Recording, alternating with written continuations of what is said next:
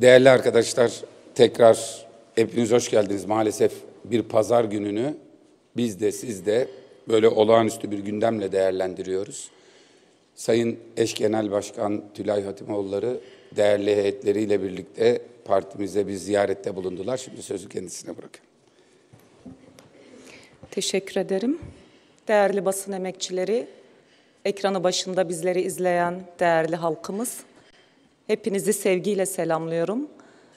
Bugün bizler Cumhuriyet Halk Partisi'ni ziyaretimizi gerçekleştirmemizin amacı dün sabah ne yazık ki yine bir şafak operasyonuyla halkın iradesine bir darbe vuruldu ve bununla ilgili geçmiş olsun dileklerimizi, dayanışma duygularımızı belirtmek üzere bugün buradayız. Adana, Antalya, Adıyaman Büyükşehir Belediye Başkanlarıyla beraber gözaltılar gerçekleşti. Bir tutuklama da oldu. Antalya Büyükşehir Belediye Başkanı tutuklandı. Diğerleriyle ilgili hala hep birlikte izliyoruz ve ümit ediyoruz ki yargı bu yanlıştan bu birkaç saat içinde geri döner ve gözaltına alınan belediye başkanları serbest bırakılır. Bizler dün bu habere uyandığımızda dünkü programlarımızı gerçekleştirdik ama bugün sabah içinde olağanüstü MYK toplantısı çağrısı yaptık ve olağanüstü bir şekilde bugün MYK'mızı topladık. Bu gözaltı süreçlerini, belediyelere yapılan bu operasyonları da değerlendirdik. Değerli basın emekçileri, değerli halklarımız, bizler bu operasyonları kayyum anlayışının bir devamı olarak görüyoruz. Ve sanıyorum ki Türkiye'de bunu en iyi anlayabilecek siyasi parti biziz. Çünkü 3 dönem belediyelerine kayyum atanmış bir partiyiz ve kayyum zihniyetinin başka versiyonlarının şimdi devam ettiğini görebiliyoruz. Bugün bu operasyonların bir siyasi operasyon olduğunun altını özellikle çizmek istiyorum. Şayet bir yolsuzluk iddiası varsa, şayet buna benzer ellerinde deliller varsa, elbette ki bazı soruşturmalar başlatılabilir. Hiç kimse dokunulmaz değildir. Herkes hakkında soruşturma başlatılabilir. Fakat bunları bir kılıf haline getirerek ve bu şekilde bir siyasi operasyona dönüştürülmesini asla doğru bulmuyoruz, kabul etmiyoruz. Ve buradan bizim teklifimiz bir komisyon oluşturulsun, bağımsız yargı bu şekilde devreye girsin ve sadece muhalefet partilerinin belediyeleri değil, iktidar partilerinin de belediyelerinin soruşturulacağı, araştırılacağı bir çalışma yürütülsün. Aksi takdirde yapılan bu operasyonların gerekçe ne gösterilirse gösterilsin, bunun bir siyasi operasyon olduğunun tersini başka şekilde kanıtlayamazlar. Değerli basın emekçileri, şunu da eklemek isterim bahsini ettiğim bu soruşturmalara ve araştırmaya ve ayrıca kayyum atanmış belediyelerin kayyum yönetiminin de araştırılmasını ısrarla öneriyoruz. Biz geçmiş dönemde bu konuda epey deneyimlendik. Sayıştaylarına baktığınız zaman geçmiş dönemdeki kayyumların yolsuzluklarının ne kadar aşikar ve açık bir biçimde yapıldığını o Sayıştay raporlarında pekala görebilirsiniz. Bakın bugün barış ve demokratik toplum sürecinden bahsediyoruz. Kürt sorununun çözülmesine arifesinden geçiyoruz ve böylesi bir süreçte yani barışı konuştuğumuz, silahsızlanmanın konuşulduğu bu günlerde bu meseleleri yaşamak, bu operasyonlara tanıklık etmek ne yazık ki Türkiye toplumuna iyi gelmiyor. Türkiye toplumu barış böyle mi sağlanır, demokrasi böyle mi kurulur, böyle mi demokratikleşme olacak şeklindeki soruların her yerden yükseldiğini görebiliyoruz. Hele dünkü 3 büyükşehir belediyesine dönük gerçekleşen bu operasyonla bu soruların dozunun ve tonunun çok daha yükseldiğine hep birlikte tanıklık ediyoruz. Bakın birkaç gün içerisinde Federe Kürdistan bölgesinde bir silah bırakma merasiminin gerçekleşeceğini hepimiz biliyoruz. Kamuoyu bu konuda bilgilendirildi. Böylesi bir süreci biz konuşmalıyken, 100 yıldır bu ülkede kronikleşmiş olarak devam eden bir sorunun çözümünü konuşurken, barışa bu kadar yaklaştığımızı hissettiğimiz bir anda bu operasyonları konuşuyor olmamız, barışa olan inancı ve demokrasiye olan inancı ne yazık ki zayıflatmaktadır. O yüzden biz buradan bu operasyonları gerçekleştiren anlayışa bir kez daha seslenmek istiyoruz. Barış ve demokratik toplum sürecinin önüne geçilmemelidir. Bu operasyonlar bu süreci baltalamaktadır. Bu operasyonlardan vazgeçilmelidir. Belediye başkanları halkın seçilmiş iradesidir. Bu operasyonlar sadece bir belediye başkanını cezaevine koymak anlamına gelmiyor. Aynı zamanda o kentin bütün seçmenlerine, o kentin bütün dinamiklerini yok saymak anlamına geliyor. Seçme ve seçilme hakkının ortadan kaldırılması anlamına geliyor. Seçimin artık formel bir şey olması, yani seçimi fiilen ortadan kaldırmak anlamına geliyor. Bu bakımdan bu antidemokratik uygulamalardan bir an önce geri dönülmelidir. Bunları kabul etmek mümkün değildir. Türkiye'nin barışa, Türkiye'nin iç barışını sağlama ve tahkim etmeye son derece ihtiyacı olan bir dönemden geçiyoruz. Bugün bölgenin kaynadığı bir yerde, her yerden savaşların ve çatışmaların yükseldiği bir yerde biz Türkiye'nin iç barışını konuşabiliyorsak bu bizim için çok önemlidir. Biz Türkiye'nin iç barışını muhalefetle birlikte konuşmak zorundayız. Muhalefetin dışında tutulduğu bir barış ve demokratikleşme sürecinin gerçekleşmesinin zor olduğunu, imkansız olduğunu defaatle her şekilde kürsülerden, televizyon programlarından ifade ettik. Bakın bugün Türkiye'nin iç barışını sağlaması, demokratikleşme sürecinin sağlanmasının yolu en geniş toplumsal mütabakatın sağlanmasından geçmektedir. Bir yandan belediyelere operasyon yapılırken öte yandan barışın sesinin yükselemeyeceğini, demokrasinin sesinin yükselemeyeceğini, en geniş toplumsal mütabakatın oluşmasının zorluklarının daha fazla büyüyeceğinin herkes farkına varmalıdır. O nedenle buradan biz çağrımızı yineliyoruz. Bugün bu operasyonları gerçekleştiren akıl bunlardan vazgeçmelidir. Biz bu ülkenin başta bütün siyasi çevrelerinin iç barışı sağlaması için ana aktör olması. Öncelikle siyasetlerin farklı düşünebiliriz, birimiz iktidarda olabilir, birimiz muhalefette olabiliriz ama hiç kimsenin ötekini dışlamadığı, hiç kimsenin ötekinin hakkını gasp etmediği ve yargıyı elinde bulunduran erkin, tek eline almış olan erkin, yargıyı muhalefetin üzerinde bir Demokles'in kılıcı gibi sallandırmaması gerektiğinin altını çiziyoruz. Ve çağrımızı yineliyoruz. Gelin gerçek anlamda bir iç barışı sağlayalım. Gelin bu operasyonlardan vazgeçin.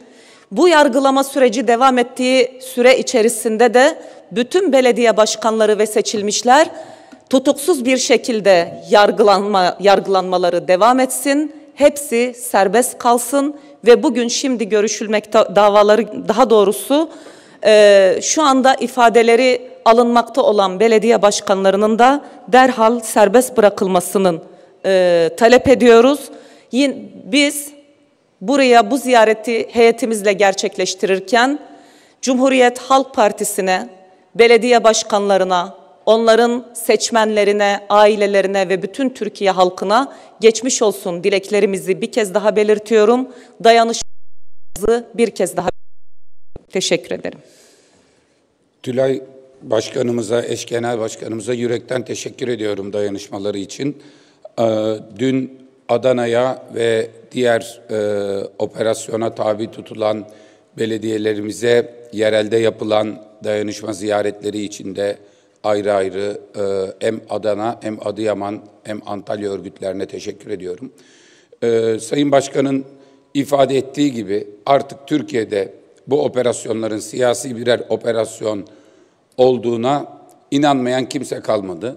Anketlerde %25 gibi inandığını söyleyen seçmen var ama o inandığını söyleyen seçmen Cumhur İttifakı'nın kategorik seçmeni.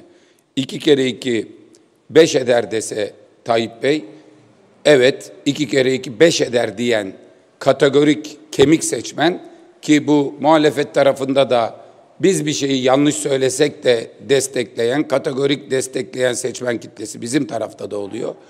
Bunun dışında normal ve makul bakan, meseleyi siyasi angajmanlarla değil de vicdan gözüyle dinleyen kimse bu yapılan operasyonların yolsuzluk operasyonu olduğuna inanmıyor. Herkes bunun siyasi birer operasyon olduğuna inanıyor. Sayın Başkan hatırlattı, kayyımlardan çok çektiler. Dünya kadar kayyım atandı.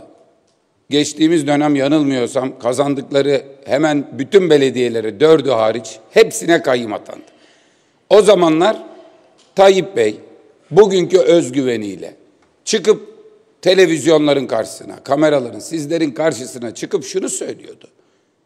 Bunlar terör örgütüne para yolladıkları için gözaltına alınıyorlar.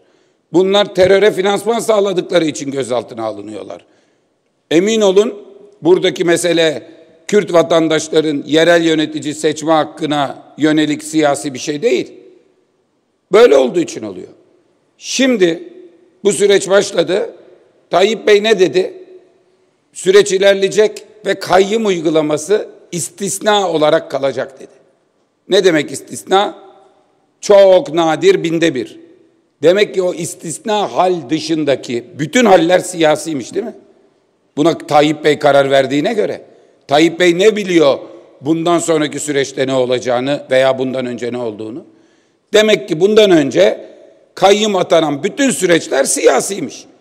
Burada mesafe alınırsa diyor, kayyım uygulaması istisnaya döner diyor. O yüzden açık ve net şekilde şunu görmek lazım. Yapılan her şey hem belediye başkanlarının kişilik haklarına, ailelerine, çocuklarına yapılan zulümler, bunların hepsi bir büyük vicdansızlıkla yapılan siyasi işlerdir.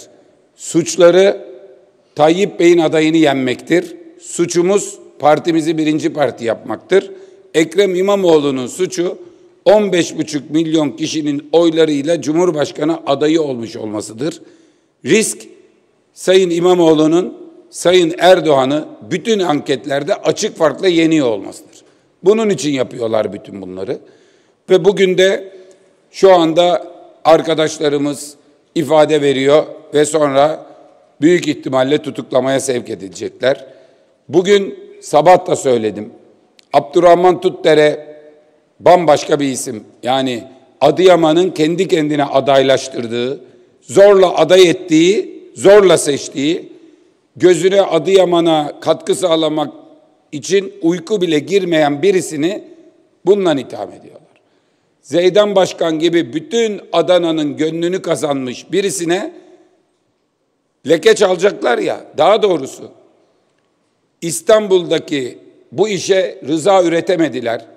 Kendi seçmenlerini bile ikna edemediler. Şimdi bunu Anadolu'ya yayarak yapmaya ve bunun büyük bir organizasyon olduğunu, diğer şehirlerde de kolunun bacağını olduğunu inandırmaya çalışıyorlar ya. Burada Adana elverişli bir yer kendilerince. Bizle DEM'i Adıyaman'da, Adana'da karşı karşıya getirebilirler kolaylıkla.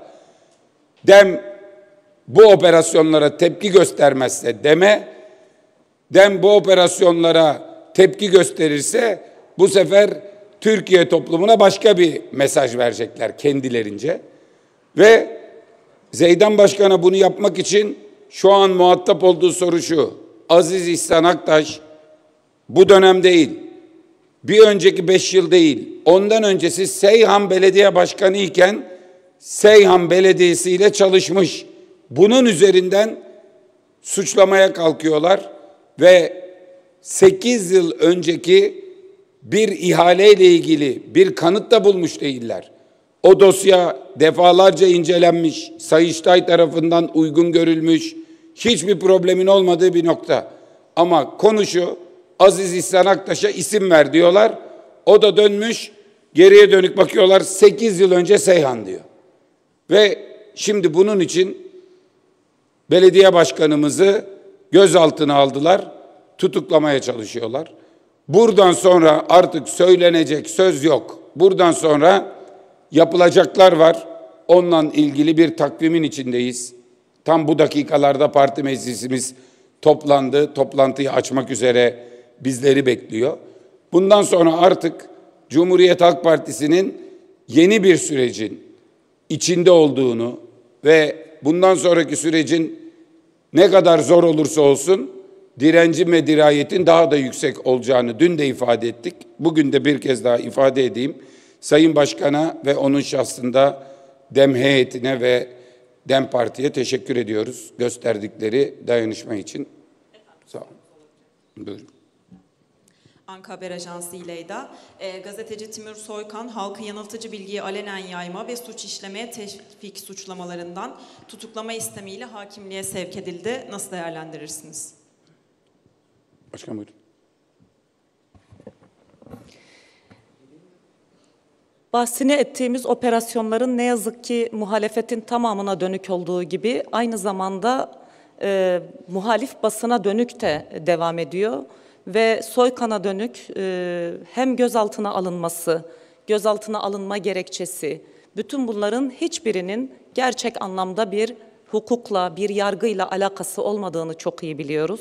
Ve bugün Türkiye'de bütün özgür kalemlere, özgür yazan klavyelere, özgürce fotoğraf çekene bile operasyon düzenleniyor, gözaltına alınıyor, tutuklanmak isteniyor.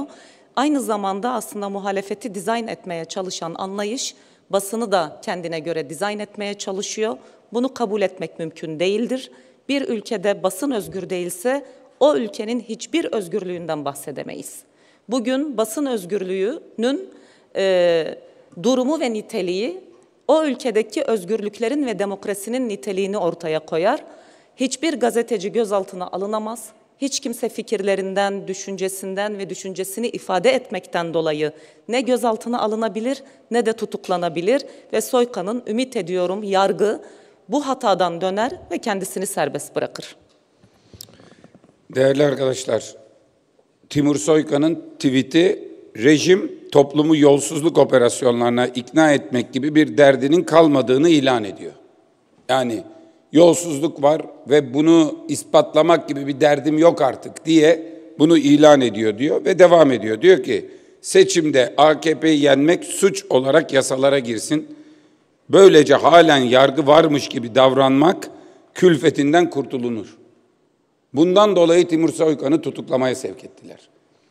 Ve madde ne? Yanıltıcı bilgiyi alenen yayma suçu. Geçen sene bu yasa görüşülürken bütün muhalefet olarak biz şunu söyledik. Bu çok tehlikeli ve bu gazetecileri içeri attırır. Ne diyordu AKP'liler? Hepiniz hatırlıyorsunuz. Bunun basında ilgisi yok. Efendim deprem oluyor. Tsunami gelecek diye bir haber yayılıyor. İnsanlar evlerinden kaçıyorlar. O sırada hırsızlık oluyor. Buna bir tedbir almamız lazım diyorlardı. Tsunami geliyor yalanını atanlara mı tedbir alıyorlarmış? Timur Soykan gibi bu tweet'i atanlara mı tedbir alıyorlarmış? Geçen sene utanmadan, sıkılmadan tutanak altında bunları söyleyenlerin gerçek niyetinin ne olduğunu biz biliyorduk. Topluma da anlatıyorduk. Şimdi sizin sayenizde herkes görüyor ki Timur Soykan gibi bir gazeteci. Ne demiş Timur Soykan? Seçimde AKP'yi yenmek suç olsun, herkes rahat etsin demiş. Boşu boşuna belediye operasyonu yapmazsınız. Ekrem İmamoğlu'na AKP'yi yenme suçundan Silivri'ye koyarsın. Pazar günü boşuna toplanmayız böyle 20 tane kamera, 2 tane genel başkan, heyetler bilmem ne. Çünkü rejim kendisini yeneni hapse attığını bilirse ya aday olmazsın, aday olursan da hapsi boylarsın. Kurdukları rejim böyle bir rejim. Yalan mı?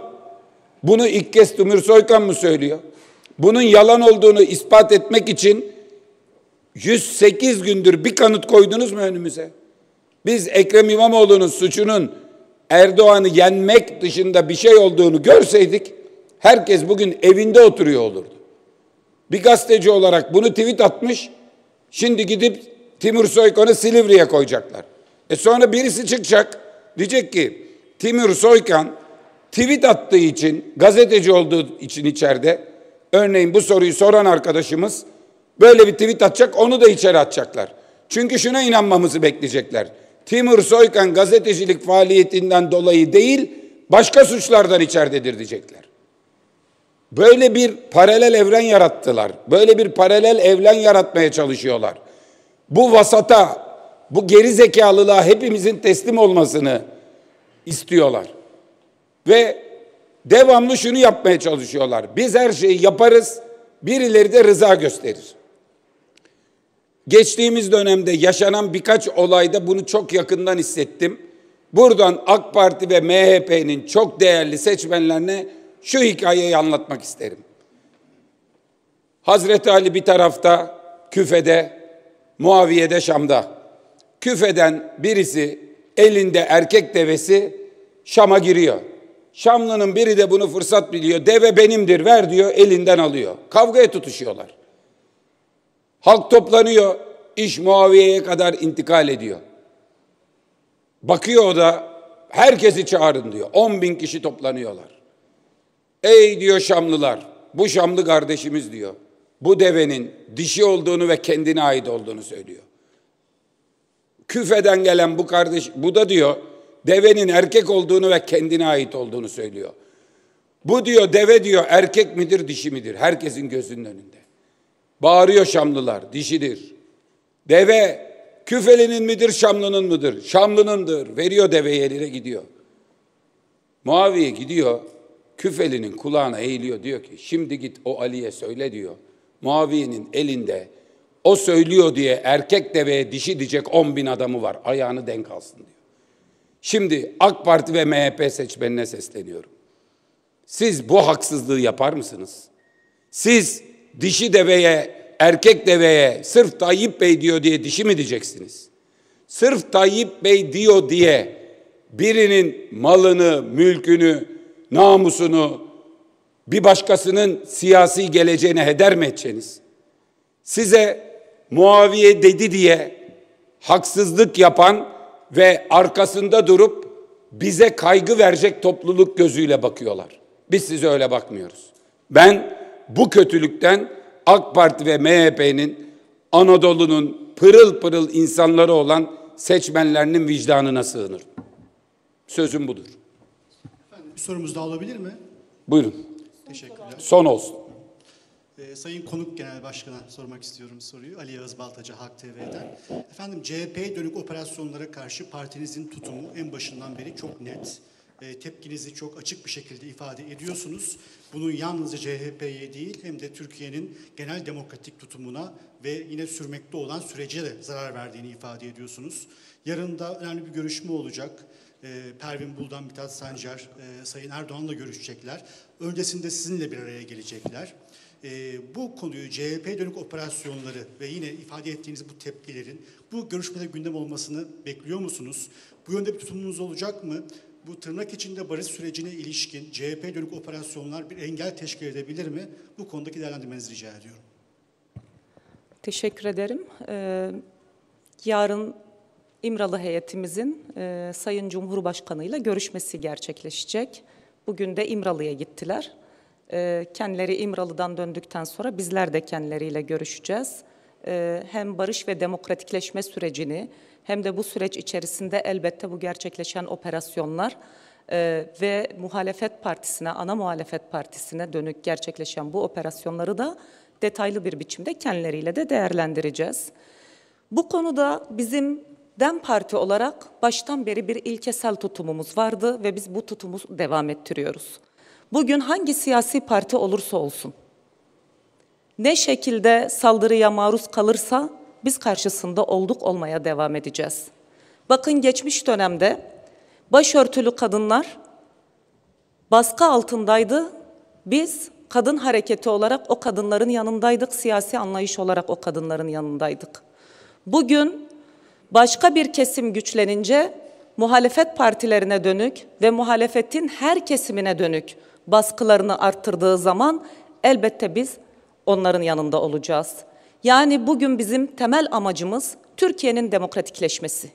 Bakın Türkiye'nin eline şu an tarihi bir fırsat geçmiş durumdadır. Biz bu sürecin heba edilmemesi için gece gündüz çalışan bir partiyiz. Türkiye 100 yıllık sorununu çözebilecek bir evreye gelmiş durumdadır. Bu sürecin çözülmesinin, yani barışın bu ülkede tesis edilmesinin demokrasiden asla ayrılamayacağını baştan beri ifade ettik. Demokratik dönüşüm barışla, barış da demokratik dönüşümle mümkündür. Bu iki kavramı ve iki anlayışı birbirinden ayırırsak ne bu ülkede biz kalıcı barışı tesis edebiliriz, barışı dışında tutarsak demokratikleşmeyi de bu ülkede tesis edemeyiz. Dolayısıyla bizlerin kimlerle nasıl görüşürsek görüşelim, bu ilkesel tutumumuzu her fırsatta ifade ettik, etmeye devam edeceğiz. Bu anlamıyla da elbette ki yarınki görüşmelerde muhalefete dönük bu baskıların, belediyeye dönük gerçekleşen bu operasyonların da gündem olmasını bekliyoruz. Teşekkür ederim.